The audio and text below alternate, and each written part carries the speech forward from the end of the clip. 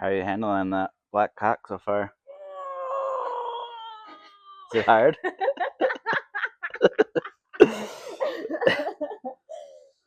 It's just hard to get it started. Yeah. Once she's flowing, is good. Hey, I'm Ellis. I'm Eric. And that's Whiskey. And this is Holland Whiskey. Alright, here we are. Working in a very clean bus. Everything's taken out, insulation.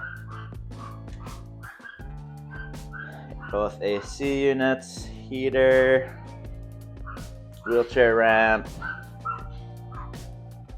That's the neighbor's dogs barking because of the FedEx. But now we're going to start caulking the floor and the joints. And then we're going to seal it. I'm going to go up top and get rid of some of these bolts that were holding the AC units. And then we've got a couple holes that we need to patch up. Here's a big one. Just going to cover them for now. Might put a fan there. That's the update. Alright, now we're up on the roof. Looking out the old AC unit frame that it mounted to. And hopefully it comes off for these bolts.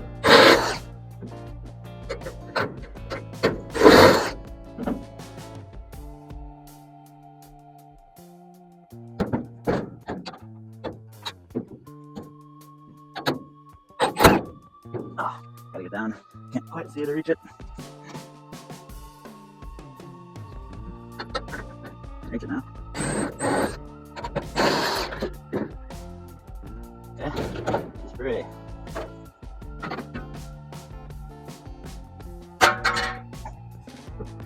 Alright, then there's this guy. I don't think it's in use. It's just glued on, yes. Oh, this was the part that held the evaporator. These two bolts. Bunch of water running at me. Nice.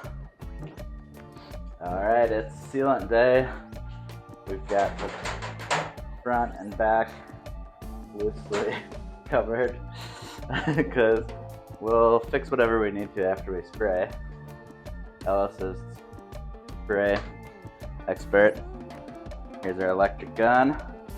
We're just going to spray the sealant everywhere on the floor. See how it goes.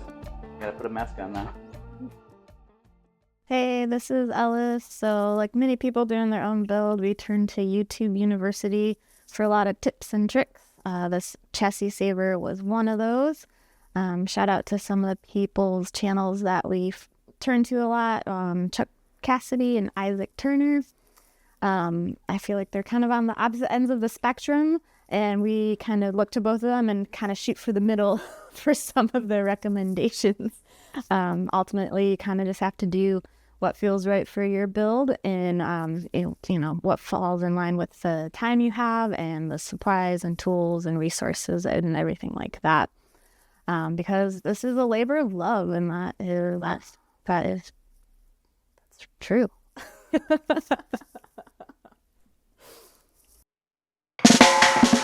Alright, day number, who knows? We're covering up our really nice shiny black coating. We picked up some 1-inch insulation XPS, and we got some, I think it's 3/4 inch OSB subfloor here, and we use this fancy tool here to trace the corners down there so that we could cut them out on the insulation. So if you want to pick one of these up, check out the link down in the description. Just kidding. I've got 2 cracked ribs right now from a swing bike accident, and so I'm on the gopher patrol, and Ellis has been kicking ass hauling all these heavy boards. Picked them up yesterday in the bus. at Lowe's. And so hopefully today we're looking to get all the subfloor put in. We're using big ol' Loctite 28-ounce glues.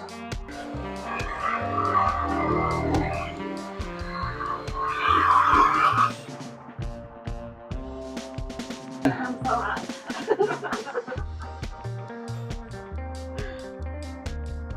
Alright, so after about, 4 hours, we got 2 4x8s down of insulation and plywood. So we thought it'd be easy to just, since the interior width's about 7 and change, we thought we could just do 4x8 sideways like that.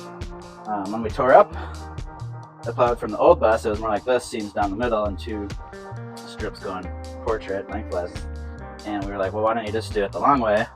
And we're starting to realize why they probably did it like that. So the main thing are these rails here, which are crowded down here. And so to drop a 4x8 in doesn't quite fit because of those rails. And this 3/4 inch OSB isn't bendable enough to get it to just kind of shimmy or squeeze in there. So on the second one, we ended up having to cut it in half to get it to fit. Also, these are tongue and groove, which we're deciding is a pain in the ass because this one is inserted. There's still a groove that we're gonna have to caulk.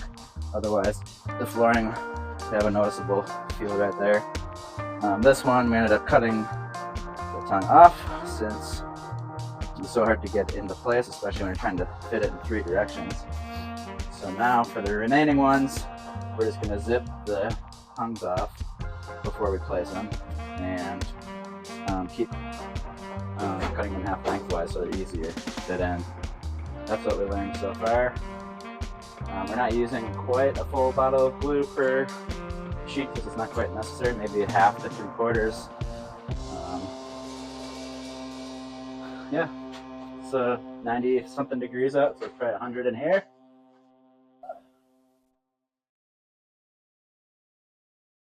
What you doing? Trying to cool off. Hey, what's up, YouTubers? This is Eric. Here we're watching Ellis cut the tongue off the OSB because I haven't taken a safety class on power tools yet. So I get to do the manual labor like gluing the boards down. So yeah, we decided on this combination of the foam and the wood, so it equals out to about a little less than 1 3/4 inches. Other people like Chuck Cassidy like to go a lot thicker for insulation, but we didn't want to lose any headroom, so we decided we'll just wear slippers, which is something I learned from years of winters in the van. Just put some slippers on, it'll be fine. So that was our decision on that.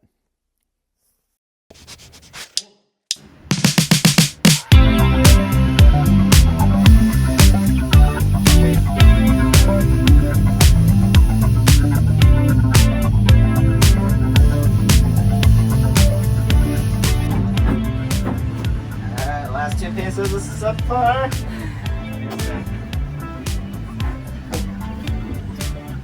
Here's the tetrahedron, the octagon. Nailed it. Good job, babe.